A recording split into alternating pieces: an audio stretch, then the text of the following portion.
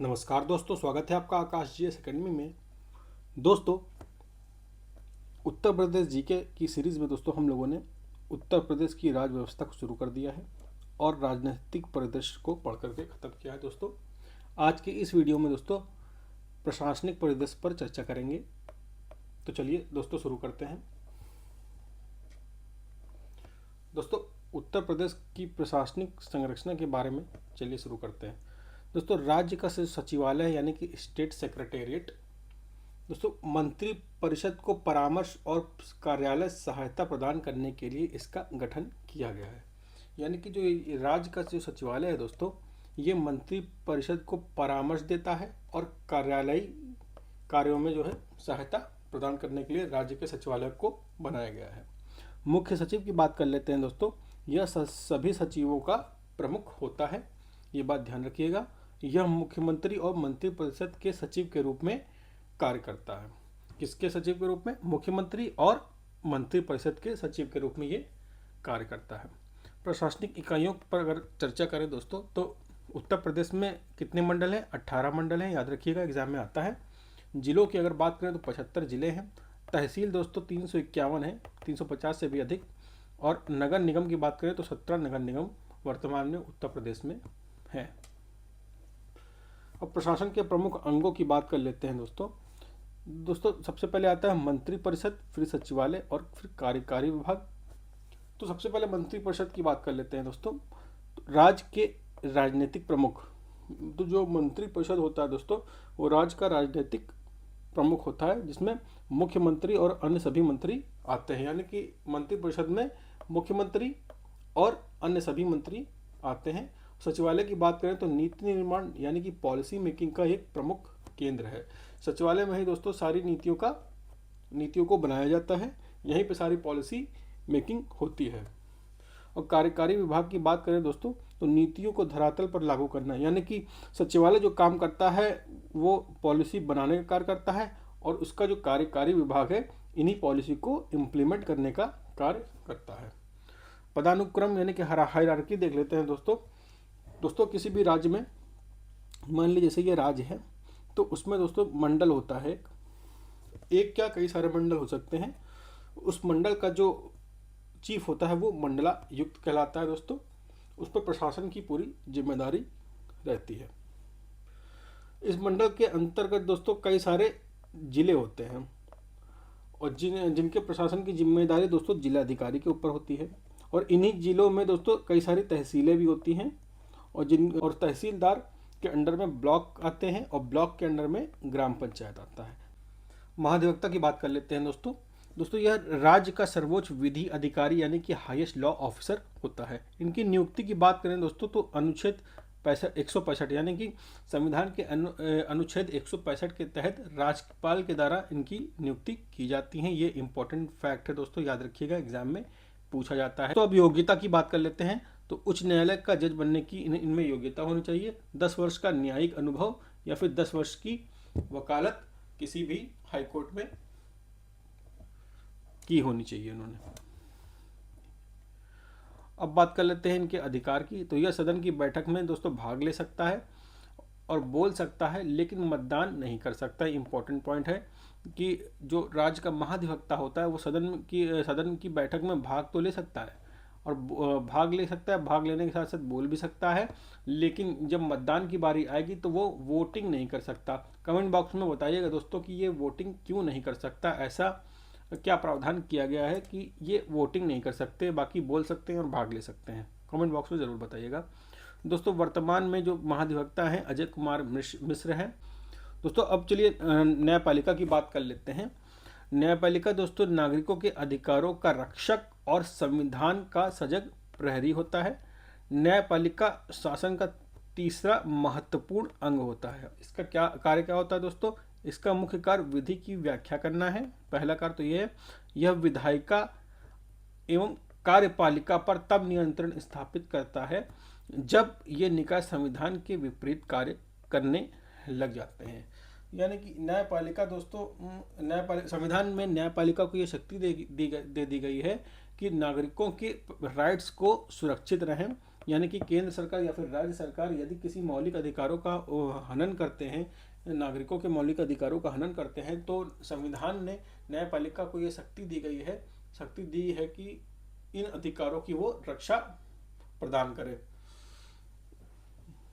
और इसका जो मुख्य कार्य दोस्तों होता है, मुख्य कार्य देख लीजिए, विधि बनाना, विधि की व्याख्या करना इनका मुख्य कार्य है। और ये क्या करते हैं, विधायिका और कार्यपालिका पर तब नियंत्रण स्थापित करती है जब ये निकाय संविधान के विपरीत कार्य करने लग जाते हैं। यानी कि जब ये संवैधानिक रूप से कार्य नहीं करते हैं तब न्यायपालिका हस्तक्षेप करती है। उच्च न्यायालय की बात कर लेते हैं दोस्तों। संविधान के भाग 6 के अनुसार प्रत्येक राज्य के लिए एक उच्च न्यायालय होगा। ये अनुच्छेद 214 में दिया गया है। इसमें दो चीज़ें महत्वपूर्ण है दोस्तों, याद रखिएगा, इंपॉर्टेंट है आपके एग्जाम के पॉइंट ऑफ व्यू से, कि पहला तो भाग 6 में दिया गया है ये व्यवस्था, और दूसरा अनुच्छेद 214 में है। क्या दिया गया है, प्रत्येक राज्य के लिए एक उच्च न्यायालय होगा। तो उच्च न्यायालय किसमें, अनुच्छेद 214 में है, और संविधान के भाग 6 में है, ये याद रखिएगा। प्रत्येक उच्च न्यायालय का गठन एक मुख्य न्यायाधीश तथा अन्य न्यायाधीशों से मिलकर किया जाता है। यानी कि किसी भी उच्च न्यायालय में एक मुख्य न्यायाधीश होगा और अन्य न्यायाधीश होंगे, तभी वो उच्च न्यायालय बनेगी। स्थापना की बात कर लेते हैं तो 17 मार्च 1866 को आगरा में, यानी कि उत्तर प्रदेश में उच्च न्यायालय की जो स्थापना है वो 17 मार्च 1866 को आगरा में हुई थी, और 1869 में दोस्तों प्रयागराज में इसे स्थानांतरित कर दिया गया था। खंडपीठ की बात करें दोस्तों तो लखनऊ में स्थित है। इसकी जो खंडपीठ है दोस्तों कहाँ पे स्थित है, लखनऊ में स्थित है। और नियुक्ति की बात करें, यानी कि न्यायाधीशों की नियुक्ति की बात करें तो राष्ट्रपति द्वारा उच्च न्यायालय के मुख्य न्यायाधीश की नियुक्ति सर्वोच्च न्यायालय के मुख्य न्यायाधीश और राज्यपाल के परामर्श से की जाती है।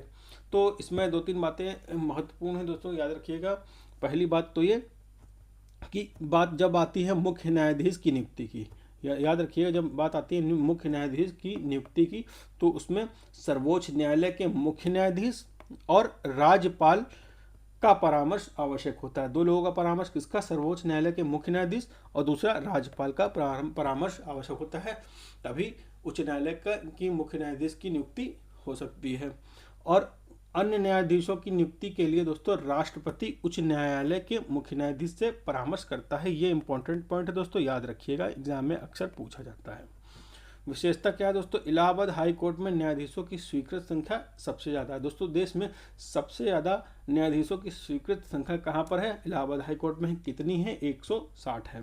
प्रथम मुख्य न्यायाधीश कौन थे दोस्तों, वॉल्टर मॉर्गन स्वतंत्रता से पूर्व थे ये, और विधुभूषण मलिक स्वतंत्रता के बाद थे। ये दोनों याद रखिएगा, इंपॉर्टेंट है दोस्तों। संसद विधि द्वारा 2 या 2 से अधिक राज्यों एवं किसी संघ राज्य क्षेत्र के लिए एक ही उच्च न्यायालय की स्थापना कर सकती है। ये अनुच्छेद 231 में दिया गया है, इंपॉर्टेंट है दोस्तों, याद रखिएगा, एग्जाम में पूछा जा सकता है। वर्तमान में दोस्तों कितने उच्च न्यायालय हैं, 25 उच्च न्यायालय, ये भी इंपॉर्टेंट फैक्ट है। और केंद्र शासित प्रदेश यानी कि यूटी में केवल दिल्ली में उच्च न्यायालय है और किसी भी यूटी में नहीं है दोस्तों। हमारे देश में कुल 8 यूटीज हैं, इसमें सिर्फ और सिर्फ दिल्ली में ही हाई कोर्ट है और कहीं पे भी हाई कोर्ट नहीं है। अधीनस्थ न्यायालयों की अगर बात कर लें तो दोस्तों उच्च न्यायालय के अधिकार क्षेत्र में कई अधीनस्थ न्यायालय कार्य करते हैं। कौन कौन से हैं, चलिए वो देख लेते हैं। पहला है जिला न्यायालय, दूसरा है पारिवारिक न्यायालय, और तीसरा है दोस्तों उत्तर प्रदेश राज्य विधिक सेवा प्राधिकरण, और तीसरा है दोस्तों विधि सेवा समितियां। चलिए अब इनको विस्तार से देख लेते हैं दोस्तों। पहले बात करेंगे जिला न्यायालय की। तो उत्तर प्रदेश को 75 न्यायिक जिलों में बांटा गया है दोस्तों, याद रखिएगा, 75 न्यायिक जिलों में बांटा गया है, और प्रत्येक जिले का नियंत्रण जिला न्यायाधीश के माध्यम से किया जाता है। किसके माध्यम से, जिला न्यायाधीश के माध्यम से। जिला जज एवं अतिरिक्त जिला सेशन जज की नियुक्ति उच्च न्यायालय के परामर्श से राज्यपाल के द्वारा की जाती है, याद रखिएगा, राज्यपाल के द्वारा ही इनकी नियुक्ति की जाती है। उत्तर प्रदेश में न्यायिक सेवा 2 भागों में विभाजित किया गया है। कितने भागों में दोस्तों, याद रखिएगा, ये 2 भागों में विभाजित किया गया है। कौन कौन से, उत्तर प्रदेश सिविल न्यायिक सेवा यानी कि PCSJ, और उच्चतर न्यायिक सेवा यानी कि हायर जुडिशियल सर्विसेज। ये दो हैं दोस्तों, याद रखिएगा। उत्तर प्रदेश सिविल न्यायिक सेवा के अंतर्गत मुंसिफ, मजिस्ट्रेट एवं लघु वाद न्यायाधीश आते हैं। अब दोस्तों उत्तर प्रदेश उच्चतर न्यायिक सेवा के अंतर्गत सिविल एंड सेशन जज यानी वर्तमान में एडिशनल डिस्ट्रिक्ट सेशन जज आते हैं। इंपॉर्टेंट है दोस्तों, याद रखिएगा। उत्तर प्रदेश के विभिन्न जनपदों में जिला तथा सत्र न्यायाधीश, लघुवाद न्यायाधीश, सिविल जज एवं सिविल जज जूनियर डिवीजन के न्यायालय स्थापित किए गए हैं। पारिवारिक न्यायालय यानी कि फैमिली कोर्ट की बात कर लेते हैं दोस्तों। तो उत्तर प्रदेश के सभी मंडलीय मुख्यालयों में अधिनियम 1985 के अंतर्गत एक एक पारिवारिक न्यायालय स्थापित किया गया है। ये अधिनियम इंपॉर्टेंट है दोस्तों, याद रखिएगा। अधिनियम कौन सा है? 1985। इसके माध्यम से दोस्तों क्या किया गया है? एक एक पारिवारिक न्यायालय कहाँ पर स्थापित किया गया है? मंडलीय मुख्यालयों में। वर्तमान में दोस्तों लखनऊ एवं कानपुर में दो दो पारिवारिक न्यायालय कार्यरत हैं। ये दोस्तों अपवाद है। कहाँ कहाँ पे? याद रखिएगा, लखनऊ और कानपुर में। पारिवारिक न्यायालयों में दोस्तों विवाह संबंधी, भरण पोषण यानी कि मेंटेनेंस, पति पत्नी से संबंधित मामले और बच्चों के संरक्षण यानी कि प्रोटेक्शन ऑफ चिल्ड्रन आदि से संबंधित मामलों का निस्तारण किया जाता है। कहाँ पर दोस्तों? पारिवारिक न्यायालय में, याद रखिएगा दोस्तों। अब लोक अदालत की बात कर लेते हैं। वर्तमान समय में उत्तर प्रदेश के सभी जिलों में तीन तीन स्थायी लोक अदालतें कार्य कर रही हैं। यानी कि सभी जिलों में कितनी अदालतें? तीन तीन स्थायी लोक अदालतें कार्य कर रही हैं। लोक अदालत की व्यवस्था भारतीय संविधान के 42वां संविधान संशोधन अधिनियम 1976 में 76 के द्वारा दोस्तों नीति निर्देशक तत्व में एक नया अनुच्छेद 339 का जोड़ा गया और 39 का जोड़ करके दोस्तों समाज के कमजोर वर्गों के लिए निःशुल्क विधिक सहायता की व्यवस्था का प्रावधान किया गया है। इसमें से कुछ बिंदु महत्वपूर्ण है दोस्तों।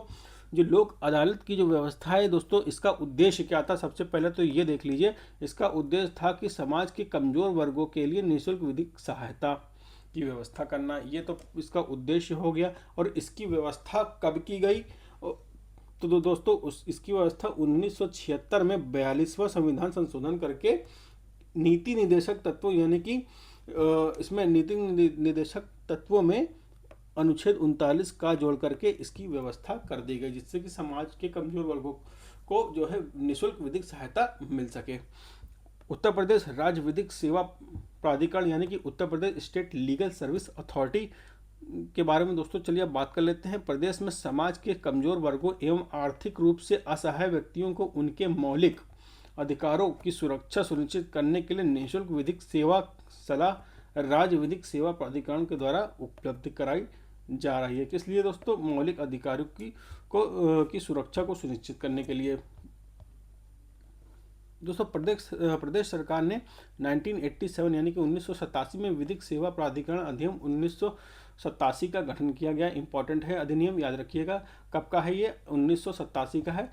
इस अधिनियम के द्वारा दोस्तों उत्तर प्रदेश राज्य विधिक सेवा प्राधिकरण राज्य स्तर पर, जिला विधिक सेवा प्राधिकरण जिला स्तर पर, तहसील विधिक सेवा प्राधिकरण तहसील स्तर पर गठित किया गया है।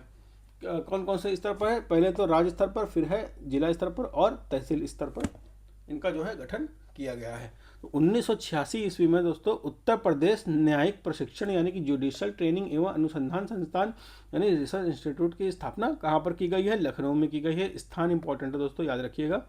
लोकपाल तथा लोकायुक्त की बात कर लेते हैं दोस्तों। लोकपाल तथा लोकायुक्त अधिनियम 2013 इंपॉर्टेंट है। ये अधिनियम कब का है? 2013 का है। इसके तहत केंद्र के लिए लोकपाल तथा राज्यों के लिए लोकायुक्त संस्था की व्यवस्था की गई है। तो दोस्तों अगर जब केंद्र की बात आएगी तो केंद्र के लिए दोस्तों लोकपाल और राज्यों के लिए लोकायुक्त संस्था की व्यवस्था की गई है। 1 जनवरी 2014 को राष्ट्रपति ने इसे अपनी सम्मति दोस्तों दे दी और 16 जनवरी 2014 से यह अधिनियम लागू हो गया है। दोनों ही डेट इंपॉर्टेंट है कि राष्ट्रपति ने इस पर सहमति कब दी है? 2014 में 1 जनवरी 2014 को, और ये लागू कब से हुआ है? 16 जनवरी 2014। ये दोनों ही डेट इंपॉर्टेंट है दोस्तों, याद रखिएगा। दोस्तों देश में पहले लोकपाल कौन है? पिनाकी चंद्र घोष। कॉमन क्वेश्चन है, इंपॉर्टेंट क्वेश्चन है, बार बार रिपीट होता है यूपी SSC के एग्जाम्स में। इसे याद रखिएगा। लोकायुक्त की बात कर लेते हैं दोस्तों। उत्तर प्रदेश सरकार द्वारा 1975 में उत्तर प्रदेश लोकायुक्त तथा उप लोकायुक्त अधिनियम 1975 पारित किया गया। लोकायुक्त संगठन स्थापित करने का मूल उद्देश्य राज्य के उच्चतम स्तर के से लेकर के निम्न स्तर तक के अधिकारों के दुरुपयोग यानी कि अब्यूज ऑफ राइट्स, भ्रष्टाचार यानी करप्शन एवं कदाचार संबंधी शिकायतें यानी कि मिसकंडक्ट कंप्लेंट्स एवं अभिकथनों का अन्वेषण इन्वेस्टिगेशन ऑफ एलिगेशंस करना तथा राज्य सरकार को इस संबंध में अपनी संस्तुति भेजना। यानी कि कुल मिलाकर बात करें तो करप्शन के खिलाफ इन्हें जो है लोकायुक्त की बॉडी को जो है दोस्तों ये बनाया गया है। लोकायुक्त के संगठन को स्थापित करने का यही मूल उद्देश्य थी कि देश प्रदेश में जो है भ्रष्टाचार को खत्म किया जा सके। इस अधिनियम के तहत उत्तर प्रदेश के प्रथम लोकायुक्त न्यायमूर्ति विश्वंभर दयाल को नियुक्त किया गया। प्रथम लोकायुक्त दोस्तों कौन है? उत्तर प्रदेश के विश्वंभर दयाल। इनको कब नियुक्त किया गया था दोस्तों? 14 सितंबर 1977 को। अब दोस्तों उत्तर प्रदेश लोक सेवा प्राधिकरण यानी कि Uttar Pradesh public service authority की बात कर लेते हैं। तो सन 1976 में उत्तर प्रदेश सरकार के द्वारा सरकारी कर्मचारियों को शीघ्र एवं सस्ता न्याय दिलाने के उद्देश्य से उत्तर प्रदेश लोक सेवा प्राधिकरण की स्थापना की गई है। किस लिए की गई है? उद्देश्य याद रखिएगा, शीघ्र एवं सस्ता न्याय दिलाने के लिए, यानी कि बहुत खर्चेलू प्रक्रिया ना बने। उत्तर प्रदेश राज्य सूचना आयोग की बात कर लेते हैं दोस्तों। सूचना का अधिकार अधिनियम 2005 यानी कि राइट टू इन्फॉर्मेशन एक्ट 2005 की धारा 15 के तहत राज्य सरकार के द्वारा 14 सितंबर 2005 को राज्य सूचना आयोग का गठन किया गया। कब गठन किया गया है ये डेट याद रखिएगा, इंपॉर्टेंट है। राज्य मुख्य सूचना आयुक्त तथा राज्य सूचना आयुक्त का कार्यकाल दोस्तों 5 वर्ष या 65 वर्ष जो भी पहले हो तक होगा। उत्तर प्रदेश के प्रथम मुख्य सूचना आयुक्त न्यायमूर्ति M.A. खान थे। ये भी इंपॉर्टेंट नेम है दोस्तों, याद रखिएगा। तो दोस्तों इस प्रकार हमने उत्तर प्रदेश राज्य व्यवस्था का प्रशासनिक परिदृश्य वाला जो टॉपिक है ये भी आज पढ़ करके खत्म किया। दोस्तों मैं आशा करता हूँ ये वीडियो लेक्चर आपको पसंद आया होगा। अगर दोस्तों ये लेक्चर आपको पसंद आया है तो इसे लाइक कर दिए, सब्सक्राइब कर दिए और शेयर भी कर दीजिएगा।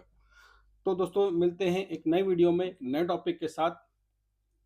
तब तक के लिए जय हिंद, जय भारत।